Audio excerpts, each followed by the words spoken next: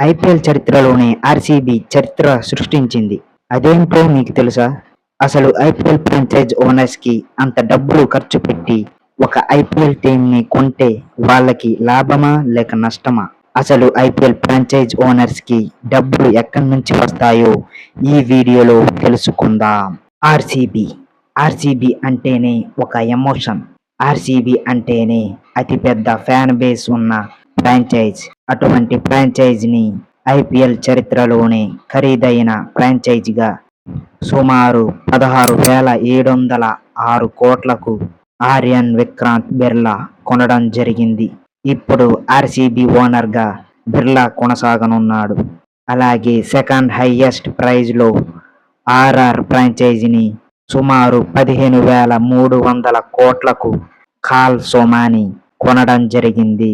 ఇప్పుడు ఆర్ఆర్ కి కూడా కొత్త ఓనర్ గా ఖాల్ సోమాని ఉండనున్నాడు.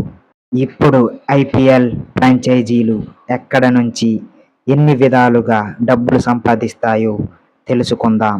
మొదటిది టైటిల్ స్పాన్సర్షిప్. దీన్ని మీరు వినే ఉంటారు. ఐపీఎల్ సీజన్ వస్తే చాలు DLF IPL, Pepsi IPL, Vivo IPL, Dream Eleven IPL, Tata IPL అని చెప్తూ ఉంటారు. దీన్ని టైటిల్ స్పాన్సర్షిప్ అంటారు. 2024 నుంచి 2028 వరకు టాటా వాళ్ళే మళ్ళీ ఈ డీల్ను 2,500 కోట్లకు కుదుర్చుకోవడం జరిగింది. ఈ డబ్బులు అన్ని బీసీసీఐకు కట్టడం జరుగుతుంది. అయితే 50% మాత్రమే బీసీసీఐ ఉంచుకుంటుంది. మిగతా 50% ఐపీఎల్ ఫ్రాంచైజీలకు 50% వాటాను పంచడం జరుగుతుంది. రెండవది బ్రాడ్కాస్టింగ్ రైట్స్. మనం క్రికెట్ మ్యాచ్ ని టీవీలో చూస్తూ ఉంటాం. అయితే ఒక్క ఛానల్లో మాత్రమే వస్తూ ఉంటుంది. దానికి కారణం వాళ్ళు కాస్టింగ్ రైట్స్ ని కొనుగోలు చేస్తారు. 2008 నుంచి 2017 వరకు సోనీ పిక్చర్ ఛానల్ వాళ్ళు 8,200 కోట్లకు సుమారు 10 సంవత్సరాలకు డీల్ను కుదుర్చుకున్నారు.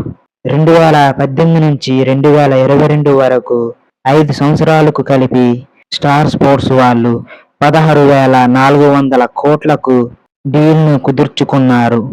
2023 నుంచి 2027 వరకు మళ్ళీ స్టార్ స్పోర్ట్స్ వాళ్ళు 5 సంవత్సరాలకు గాను 23,575 కోట్లు ఖర్చు చేశారు. ఇంక్లూడింగ్ జియో ప్లస్ హాట్స్టార్ తో కలిపి సుమారు 23,575 కోట్లు బీసీసీఐకు కట్టడం జరిగింది.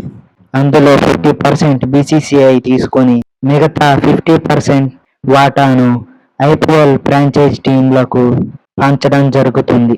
మూడవది అఫీషియల్ పార్ట్నర్స్. ఒక మ్యాచ్ జరిగేటప్పుడు మనం చూస్తూ ఉంటాం. ఒక ప్లేయర్ గురించి గూగుల్ జెమినీ ఏ అని అడిగి తెలుసుకుందాం అని కామెంటరీ వాళ్ళు చెప్తూ ఉంటారు. గూగుల్ జెమినీ వాళ్ళు 3 సంవత్సరాలకు కలిపి 270 కోట్లు బీసీసీఐకు కట్టడం జరుగుతుంది. అలాగే ఏంజెల్ వన్.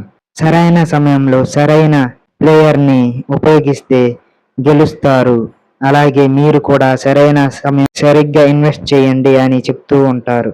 ఏంజెల్ వన్ వాళ్ళు కూడా 2028 వరకు 410 కోట్లు కట్టడం జరుగుతుంది. అలాగే స్ట్రాటజిక్ టైమ్అవుట్ అని కామెంటరీ వాళ్ళు చెప్తూ ఉంటారు. స్ట్రాటజిక్ కంపెనీ వాళ్ళు 5 సంవత్సరాలకు డీల్ కుదుర్చుకున్నారు. వాళ్ళు సుమారు 240 కోట్లు బీసీసీఐకు కట్టడం జరుగుతుంది. అయితే 50% మాత్రం బీసీసీఐ తీసుకొని మిగతావి ఫ్రాంచైజీలకు పంచడం జరుగుతుంది. ఇంకొకటి వచ్చేసి స్టేడియం టికెట్స్. స్టేడియం టికెట్స్ అనేవి ఫ్రాంచైజ్ అండర్లో ఉండడం జరుగుతుంది. ఆ టికెట్లు అమ్మినప్పుడు వచ్చిన డబ్బులు ఫ్రాంచైజీ మాత్రమే ఆ డబ్బులు తీసుకుంటుంది. బీసీసీఐకి దీనికి సంబంధం ఉండదు. ఇంకోటి వచ్చేసి జెర్సీ స్పాన్సర్స్. మనం చూస్తూ ఉంటాం. జెర్సీ మీద అనేక రకమైన కంపెనీ లోగోస్ కనబడుతూ ఉంటాయి. అవన్నీ ఫ్రాంచైజీలకు డబ్బులు కడుతూ ఉంటారు. ఇంకోటి వచ్చేసి మర్చండైజ్.